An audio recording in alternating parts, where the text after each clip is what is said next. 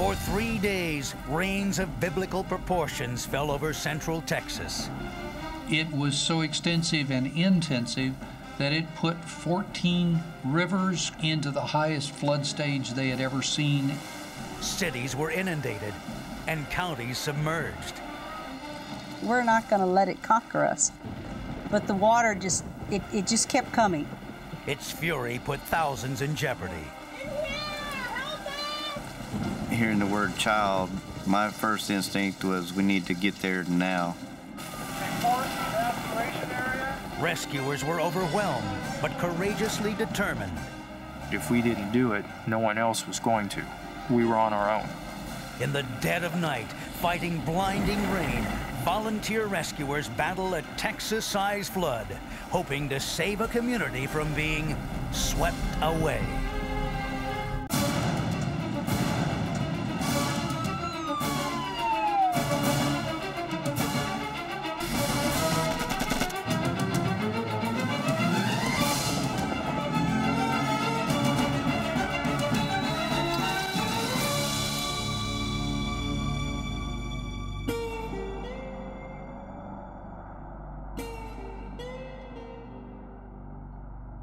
The weather in central Texas the fall of '98 had been pretty typical, hot and dry.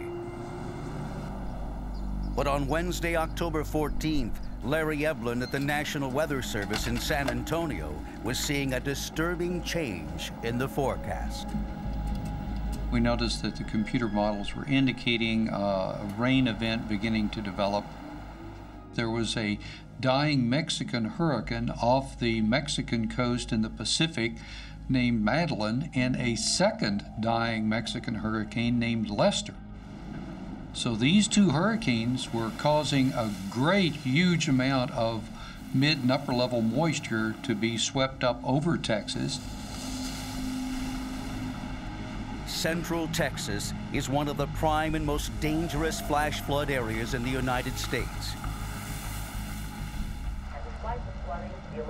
By Saturday afternoon, newscasters in San Antonio were warning of flooding throughout the region. Dad, you need to come look at this.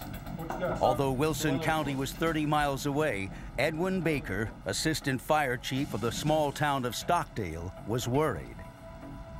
The rain had already started coming down hard.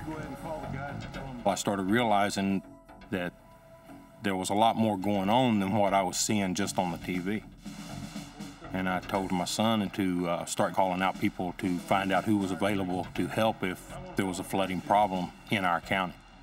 This is bad. I started getting concerned about the north side of Lavernia and where the Cibolo River enters our county. It is flat and prone for flooding.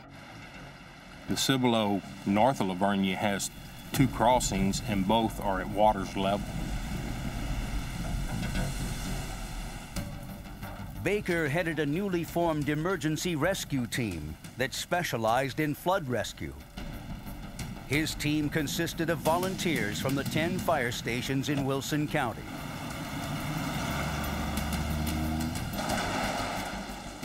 Marty Kufis was a member of Baker's emergency rescue team.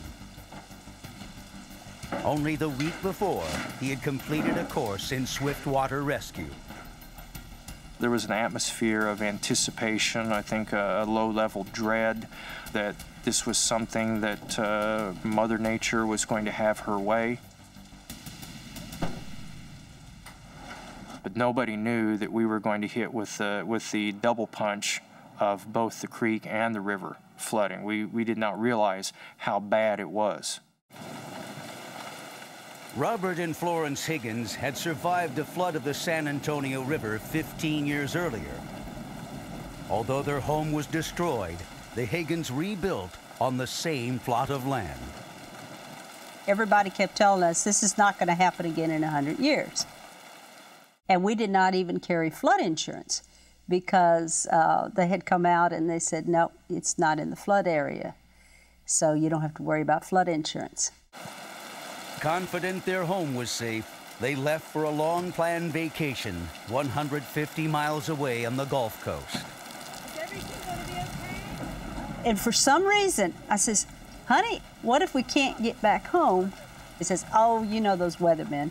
You can't believe what they say. Let's just go on.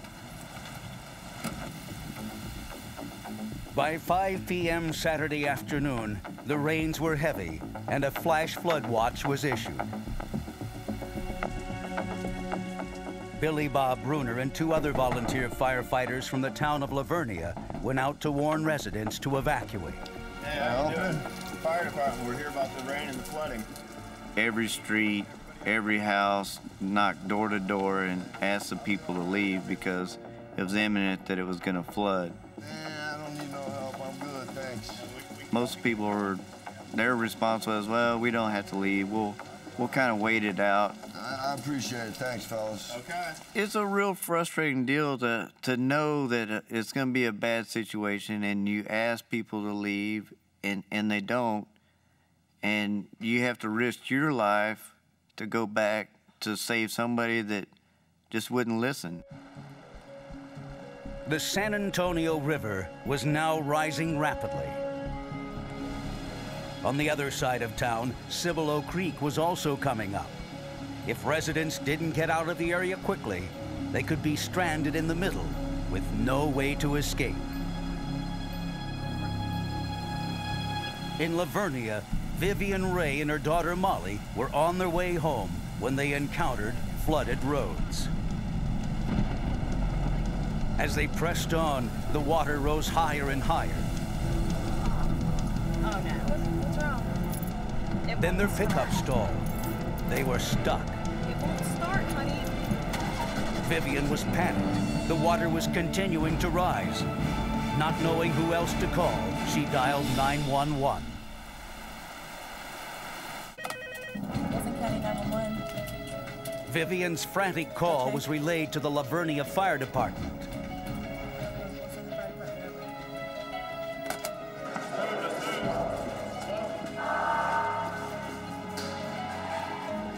During the middle of the evacuation, we had a call for a woman and child trapped in a vehicle down one of the county roads. Hearing the word child, my first instinct was we need to get there now. The town of Lavernia had recently obtained a 5-ton high-axle military surplus truck.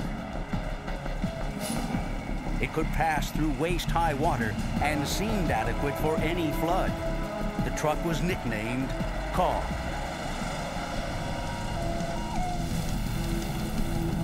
The water was rising even faster than Vivian had expected. Although she knew help was on the way, she decided they had to get out of the truck before it was swept away.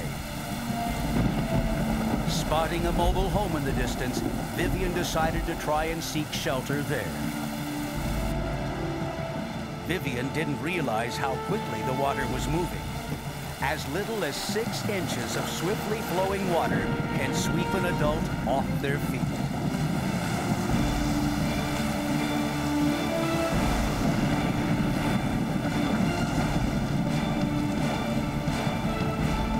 Together, they waded through the water to get to the home. Hello? Hello? Is there anybody here? The mobile home was deserted. What are we gonna do, Mom? There's water everywhere. But under these dire circumstances, Vivian decided it would be all right if she and her daughter went inside.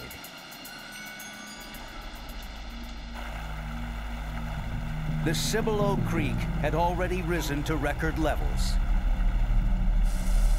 It was now 30 feet deep in places and still rising. The force of the floodwaters was already strong enough to overturn trucks. Bob Bruner's earlier concerns were turning into real fear. This was already one of the biggest floods Central Texas had ever experienced. And we came to our first bridge, and the water was beginning to go over the bridge when we first crossed it. And within 100 yards of passing over the bridge, the water was all the way up to the front bumper, which is about 4 feet off the ground. And the further we went, the further water came up.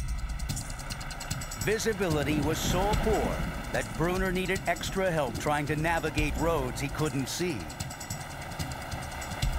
he had firefighters on top of the truck, shining flashlights as headlights to guide them through the flood. When we first saw the truck that we were called out to, we'd been about 1.25 miles to 1.5 miles down the dirt road. There were no passengers in it, and nobody was sitting on top of the truck, so we knew then that the people had evacuated the truck. My first instinct was get back to the station. Let's get out of the situation we're in right now. It's getting dangerous every second. Swiftwater is the most dangerous thing there is on the world. I learned that evening how dangerous, how machinery, manpower can't really overpower it. It is incredible, the force and the strength of the water. Let's get out of here, all right? Since the road was so narrow, there was no way to turn the truck around. They would have to back into a driveway and then pull out.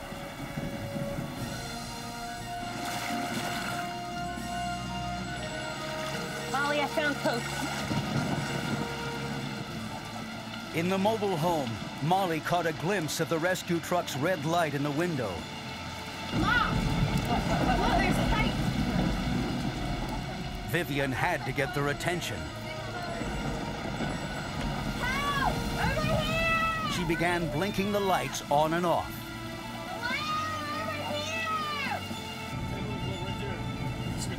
And in the distance, we noticed the lights on a mobile home flashing. The front door was open, and there was a female flashing the porch light, screaming to us to come help her. And we decided we'll give it one shot and see if we can help evacuate those people. They see us, Molly! They're gonna come and get us! They're gonna come and get us. As they tried to head for the mobile home, the current made it difficult to steer the truck. As we were pulling up, the water pushed our truck to the downward side of the flow, and we became stuck. What's going on? What's wrong? I attempted to drive the truck out by getting the front wheels back on the driveway, and we just slid straight forward. So then I decided I'll try it in reverse and get the rear wheels back on the road. After each attempt, we started leaning more and more. So I decided we better just stay where we were. We were still upright, so we were better where we were then than trying any more. Bruner and his crew were trapped by the raging water. He radioed the fire station. 4130 to base. When I had called the chief and told him I was stuck, he immediately said, well, I'll send additional personnel to come out. My response to him was, do not send anybody, because the waters were too swift, too high, and if he sent anybody else, they'd be in the same situation. Bruner knew the only option they had was to sit and wait. Can't move at all. At all. But he hadn't forgotten the people trapped in the mobile home. At this point, there wasn't much he could do to help them. We were stuck and we couldn't do anything, and it's a sickening feeling knowing you can't do anything. Help is on the way anytime now. We told them just try to stay calm, remain in the house. They were a lot safer where they were, and that we would try to have help come to them as soon as possible. Why aren't they coming? I don't know. Are they stuck? Look.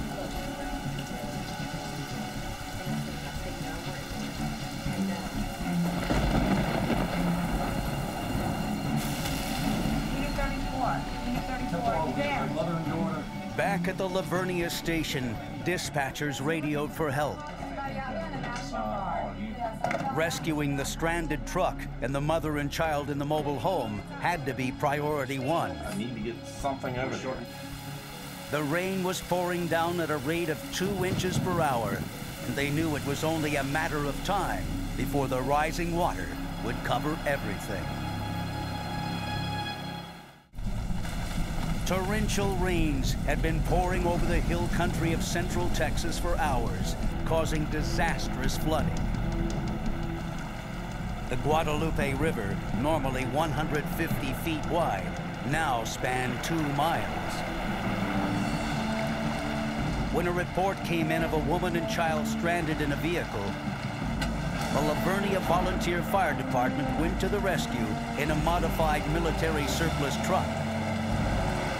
What's going on? What's wrong? They became stuck and now needed rescue themselves.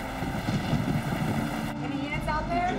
Volunteer firefighters at their station called the National Guard, trying to convince them to send a Black Hawk helicopter out to find their truck.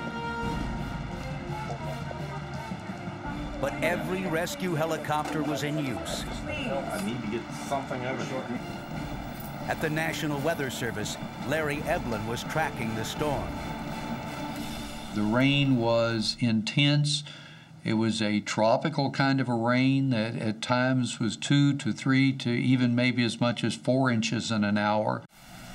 Our concern was that, as so often happens in central Texas, instead of staying out of the deep water, people were continuing to drive, continuing to travel, and putting themselves in a great deal of danger. Edwin Baker, head of the relatively new emergency rescue team in Wilson County, heard the Lavernia dispatcher's calls for assistance.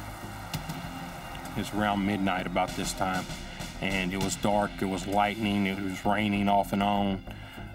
No one else would come help assist in the rescue of these firemen.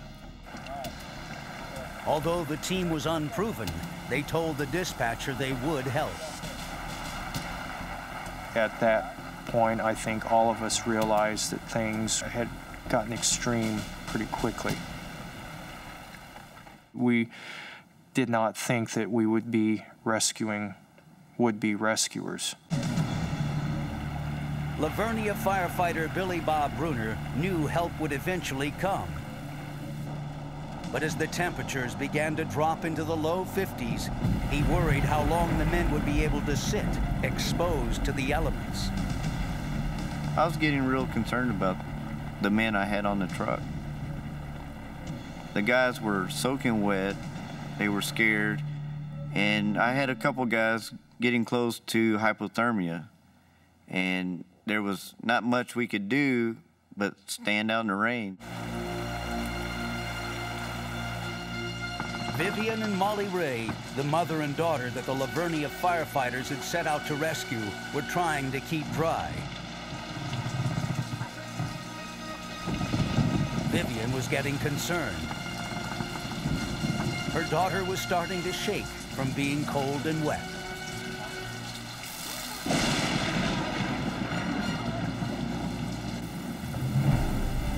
In many ways, the Wilson County Volunteer Emergency Rescue Team was unprepared for the rescue they were about to attempt. The training I had had in swiftwater rescue was only a week old. I had just the week before attended a basic level swiftwater rescue course, about 2.5 days long. Volunteer Nick Hensey had even less training. At the time of this incident, I hadn't even had any swiftwater rescue training, just basic fire department rescue stuff. Baker's team had recently purchased a military-grade Zodiac raft made to run with a large horsepower motor. But the engine they had to power it was sorely inadequate. We didn't have the money to go out and buy a nice new 25 or 40 horsepower motor. We had borrowed a 15 horse motor. And this little motor just was not able to, by itself, to overcome the cross current. So the 4 of us crewmen had to put oars in the water. We had to paddle furiously for about 100 yards just to get to a calm spot among some trees. By late evening, the storm and the resulting flash flooding throughout central Texas was now national news. It had become the worst flood storm in the history of the state, surpassing the Great Flood of '73. I think the scariest thing was the fact that it was so widespread, so extensive, and also so intensive at the same time, that we were receiving feet of rain, not just inches of rain as you do in so many events. Robert and Florence Higgins were at their vacation home on the Gulf Coast when they got a call from a neighbor in Sutherland Springs. And he said, Robert, he says, I'm going to move your tractors and your equipment. The water's coming, and it's going to come right like 73. The Higgins had lost a home in the 73 flood. They couldn't stand the thought that it could happen a second time. Let's get out of here. When we left, we did not think it was going to flood, so we had not left it anywhere ready for flooding. As the storm was going towards the coast, we were heading right into it. It was a blinding rainstorm. About halfway there, you couldn't see 10 feet past the hood of the car. He'd say, help me find the white line, help me find, because I mean, you can't even see, you know, out in the country, we don't have lighted highways. So you watch for the white line on the side of the highway to make sure you're on the highway. Once you're going, there's no place to stop. I mean, you gotta make it. The Zodiac moved toward its rescue mission slowly for reasons besides being underpowered. In many places, the water was 6 feet over the street. And what the men couldn't see in the water could hurt them. The most dangerous obstacle we faced in our boat were fences and fence posts, sometimes at waterline, sometimes just below waterline. We had to take care that we did not snag the lower unit of our outboard motor on one of these fences. I was leaning over the boat with my oar extended into the water. I was probing for fences. If I hit a fence with my oar, I was going to yell, hopefully in time for Edwin to cut the motor so that if we did hit a fence, we wouldn't hit it too hard, and that did happen at least once. The Zodiac raft utilizes air chambers to keep it afloat. It wouldn't sink if only one was punctured. But if more than one was ruptured, nobody was sure what would happen. They had been searching for the stranded truck for over an hour. As we got into it, we realized that we had to travel a greater distance than we thought. We didn't realize that they were that far out, a mile or more from dry land. We all immediately recognized that that although we had been training for this, that here it was, and it wasn't playing out quite the way we had anticipated. We also knew that if we didn't do it, no one else was going to. You know, we were on our own. After a grueling 4-hour drive, Robert and Florence Higgins made it home. All of their neighbors had evacuated the area hours ago. And it was still dark when we drove up. The house was there, and everything looked the same right around the house at that time. So we just went in and we says, all right, let's start getting ready.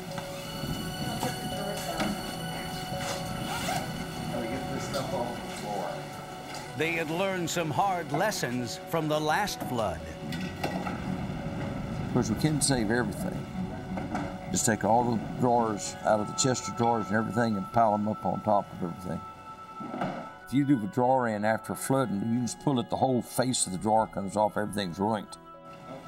We just started putting what we thought was valuable up in our attic, and pictures that we could find, photographs of the kids. And he says, maybe we ought to go ahead and tape up the windows. It's a losing battle. If I knew now what I knew later, I would open the back door and open the front door and just let it go on through. I mean, you ain't gonna stop it, partner. With each minute that passed, The Zodiac raft, with its volunteer rescue team on board, faced more obstacles on the way to finding the stranded firemen. We saw cows floating in the water, lots of bales of hay, big old clumps of fire ants. I remember poking one with my paddle that night. It was about as big as a tractor tire, and I remember thinking, what the heck are these things floating on? And when I stabbed it with that paddle, they weren't floating on anything. It was just fire ants, just a big old line of fire ants. And that was the scariest part there. I didn't want one of those big clumps of fire ants to knock into the boat and, sting us all. The floodwaters were continuing to rise.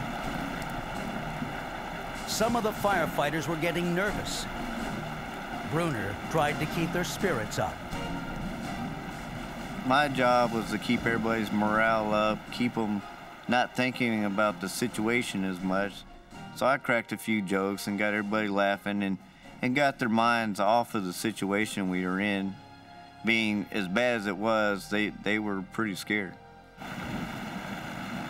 There was a lot of apprehension about these firemen, hoping they were still on this truck and in good condition, because there was a possibility they could have been swept away by the river. Eventually, they saw our lights and we saw theirs,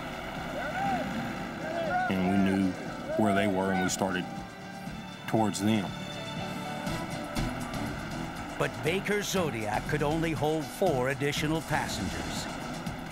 He had yet to find out that besides the firefighters, there was a mother and daughter trapped in a flooding mobile home.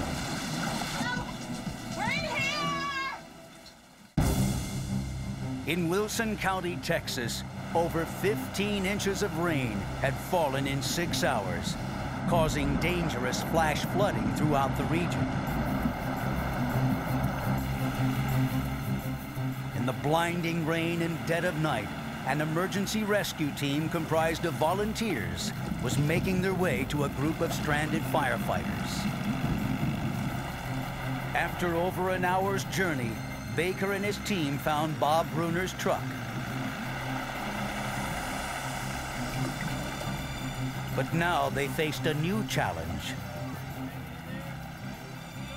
Started talking with the firefighters on Kong, who told us that there were at least 2 people in this mobile home over there, and that we needed to get them also.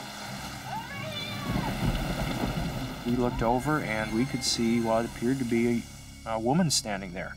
So we knew that we had more customers that night.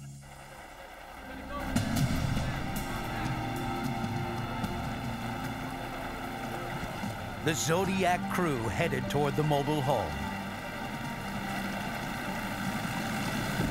They had no idea how long it would remain stable in the quickly moving water.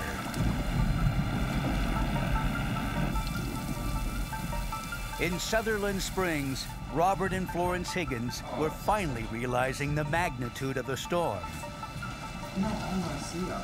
When we looked out, that water was just filling the fields. We have about a mile of fields between our house and the river. The field looked just like it did back in '73. And then it just slowly started coming into the house.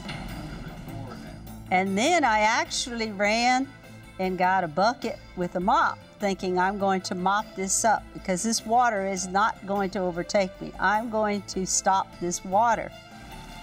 We're fighting this water. We're not going to let it conquer us. But the water just, it just kept coming. It just kept coming. And then they lost power. We says, we better get out of here now.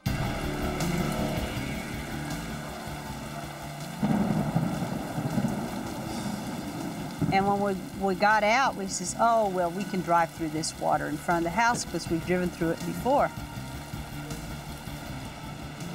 But the car wasn't going anywhere this time.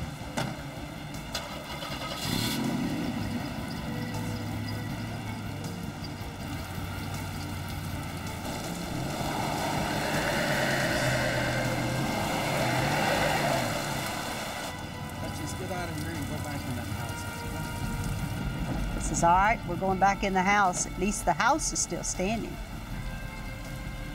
I mean, you're an island, okay? We're gonna go back. That's the only thing you can go back to.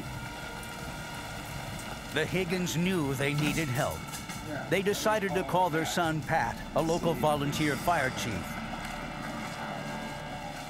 But the phone was dead. Now they would have to wait out the storm and hope their home would protect them.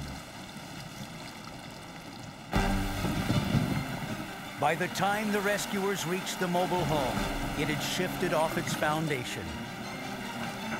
Water was now pouring in through the tilted doorway. The rescuers could not see the mother and daughter.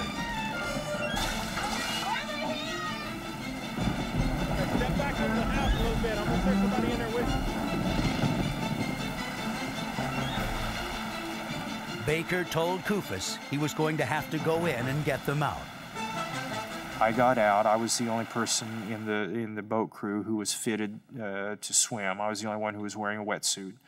And so I got out, went in. Y'all okay? First thing you want to do is get that life jacket on them in case something goes wrong and they drop into the water. He told Vivian that because of the strong current, he was going to have to take them out one at a time. Molly went with Marty first. She couldn't stop shivering and looked a little blue. Ready to go? Vivian Ray wasn't doing much better. Let's go. The rescue team now had a medical priority on their hands. The stranded firemen were going to have to wait it out a little longer. The rescuers were more than a mile from the staging area and medical help. The sky was black. There were no visible landmarks, and the rain continued pouring down. Now, they had to find their way back through the dangerous water using only their instincts. Important evacuation area. Record-breaking rainfall over central Texas resulted in a flood that engulfed dozens of counties. A volunteer rescue team traveling in an inflatable raft had rescued a mother and daughter trapped by the flood and were now trying to get them to dry land. They were navigating their way back in the dark with no recognizable landmarks to guide them. You can see a road whenever there's no water over it and you're driving, but whenever it's covered completely in water, there aren't any roads anymore. They don't exist. Our initial sprint out from the shore, we had to paddle furiously to overcome the current, and then later, as we returned, we had to battle the same cross current, and it was physically demanding. It was clear that the flood was not over; it was still building.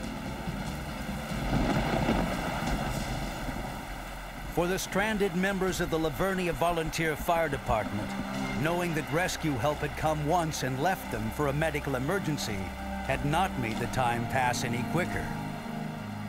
The length of time between rescues, even in a 1.5 mile trip, it was taking an hour to hour and a half a trip. And with it still raining, it's still dark, these guys have been out there for hours already. They were going into hypothermia.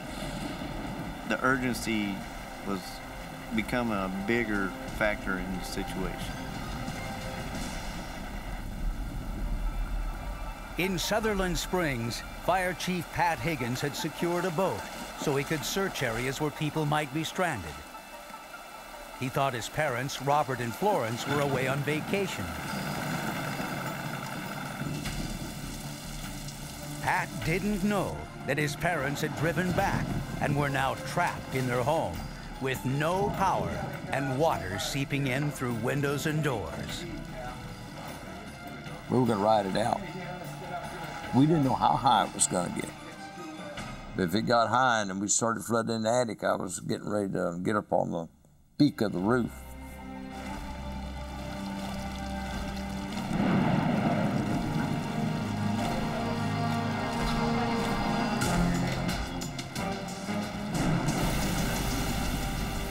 Wilson County rescuers finally reached the end of the flooded area. Paramedics quickly attended to the mother and daughter. Baker's team immediately headed back out. They had no idea how long the Lavernia truck would stay upright. We just did not know how stable the ground was underneath the truck. Maybe the flood's current was washing soil out below the tires. We were concerned that might roll over in the flood and send the firemen into the water. Bruner and the other firefighters were trying to keep it together while waiting for the Zodiac to return. To conserve the truck's battery, Bruner asked one of the men to turn off the overhead light. Well, when he reached in, he had killed the master switch, would kill all of our power. We obviously lost our heat source from the exhaust, and the rumbling of the diesel motor, which kind of was a calming to us, was gone. The morale really, really dropped then, and I started to really worry about the guys then. Pat Higgins arrived at his parents' home surprised to see their car and the entire house surrounded by water. I saw the car pulled up into the almost into the front door area of the house, which was about the only thing still out of the water. Proceeded over there with the boat, and at the time the house was sitting on a very small island. This was a boat coming up to our front door. They were in the water, and it's not supposed to be that way.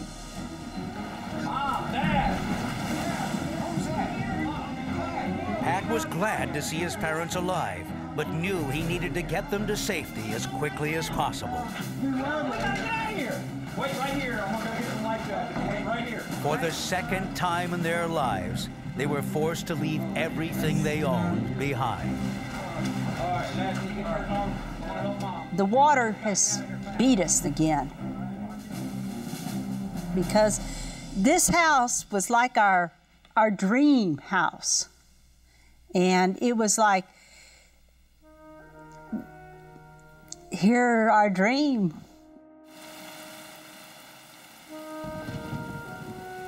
You're getting in this boat, saying goodbye to everything, and going, just going.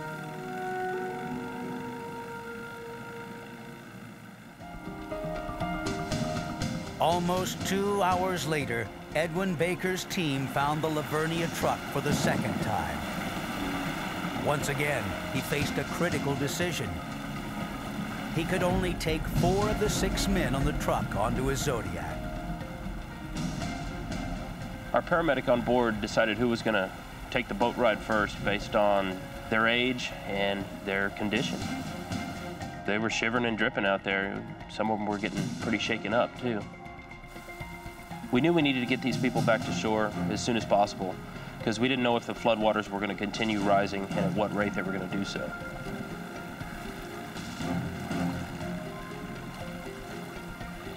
Bruner and one other firefighter were left on the truck until the boat could return again. Meanwhile, Pat Higgins was having difficulty trying to steer his boat.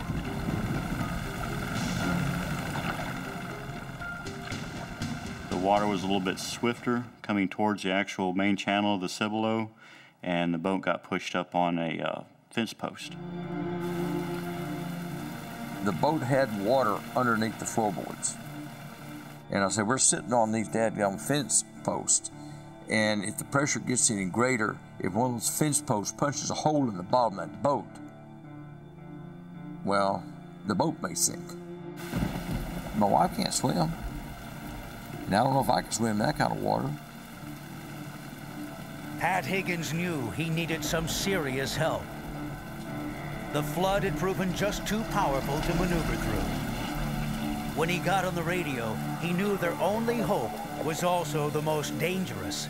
a helicopter rescue. Torrential rains had caused massive flooding in dozens of central Texas counties. Though they thought they would be safe in their home, Florence and Robert Higgins were lucky to have been rescued by their son, Pat. But now, they faced another life-threatening peril. Soon after they took off in Pat's boat, it became snagged on a submerged fence post. Pat radioed for help, but he knew it could take quite a while. They were in the midst of a horrendous disaster, and there seemed to be no safe way to reach them, except by helicopter. The mood in the boat was not a whole lot of talking. It was starting to get cold. A cold front had come through after that point. Everybody was wet, tired, and nothing to do but wait. I just remember the rain. It continued to rain and rain. And all around us was just water, just coming, rushing by. You never can tell what's going to come down that river and knock you off that fence. Big cypress trees, cottonwood trees has been uprooted by the flood. That's what you got to look out for, floating debris. And we've seen everything from horses to dogs to a buffalo floating down, various boats from upstream, and anything that float, we got to see. By chance, a helicopter from the Texas National Guard was in the area. It was dispatched to rescue the Higgins. Helicopter rescues, even under ideal circumstances, can be dangerous. In floods, the risks are far greater. Aside from the rain and wind gusts, the rotors can kick up loose tree branches and live power lines. We kind of tried to wave, and they says, just stay still. I mean, we were all just like frozen in our places because of the fact that we didn't want to move at all. Because this boat, this is like balanced on the top of this little bitty cedar post. And we knew if we got off of that and we turned over, that was it.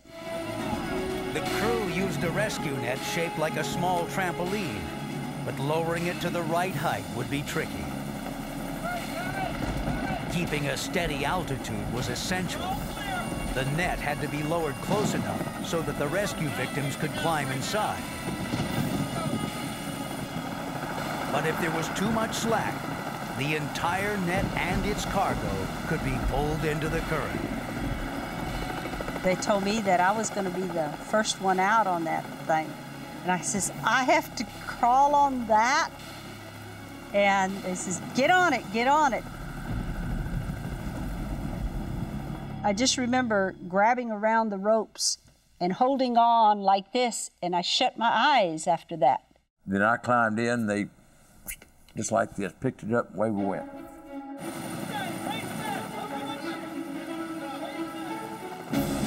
We were just free-flying, floating through the air. I remember my husband saying, oh, honey, look at this. All I can see is the top of the roof of so-and-so's house. Oh, look at this. All I see is the little tree over here. And I kept my eyes shut. He never landed. All he did is set the device down and just opened up like a clam, just like a clamshell. Walked off.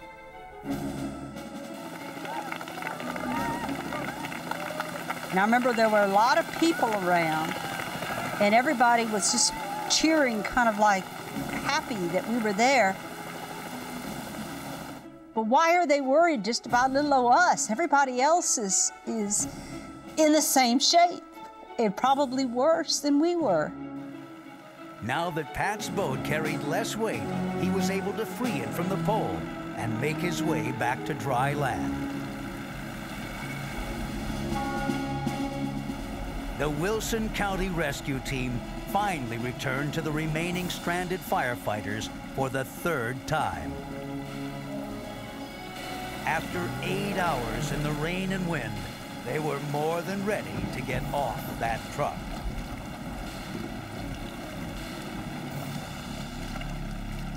The last trip was probably the scariest.